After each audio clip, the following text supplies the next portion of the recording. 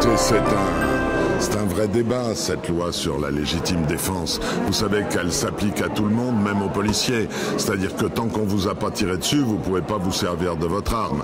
C'est-à-dire, il vaut mieux être mort avant de se défendre. Voilà, si vous vous en tenez à la loi sur la légitime défense. C'est toujours une réponse proportionnée à l'attaque. Mais il faut donc être attaqué. Alors c'est vrai que quand vous avez 3 malfrats qui rentrent avec des flingues dans votre commerce, il me semble normal qu'on défende son bien et sa vie.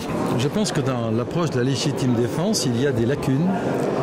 Parce que la loi sur la légitime défense est une loi très manichéenne qui prévoit que la défense doit être proportionnée à l'attaque, sans dire exactement dans quelles conditions. Donc je pense qu'elle devrait pas être changée, elle devrait être précisée.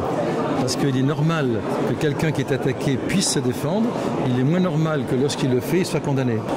L'article 33 du Code pénal suisse et 33.2 du Code pénal allemand sont pour moi une véritable référence, à savoir que pour déterminer s'il y a homicide volontaire ou non, il faut démontrer d'abord que l'état de la personne qui a été agressée mériter la réaction qui correspondent à l'état physique ou l'état mental dans lequel l'agresseur l'avait plongé. Et puis la deuxième chose que je souhaite dans la proposition que j'ai déposée, aujourd'hui lorsque l'on rentre la nuit chez un particulier, c'est au procureur de la République de faire la charge de la preuve que l'on n'a pas agi forcément en état de légitime défense. Eh bien je souhaiterais que ce qui est vrai pour les particuliers à domicile soit généralisé aussi pour les commerçants.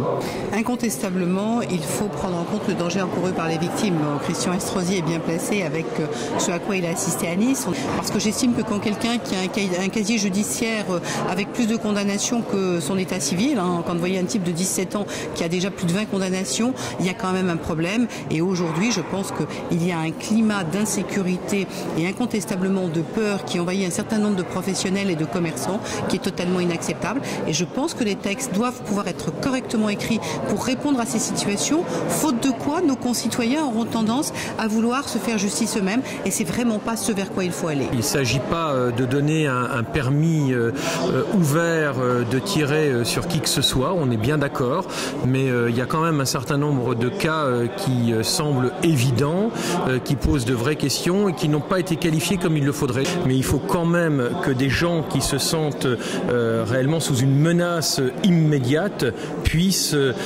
avoir cette forme d'excuse pénale s'ils réagissent. Donc c'est compliqué, on va tâcher de travailler tout cela, mais je crois qu'en tout cas la discussion est ouverte et elle a l'intérêt et elle a le mérite d'être ouverte.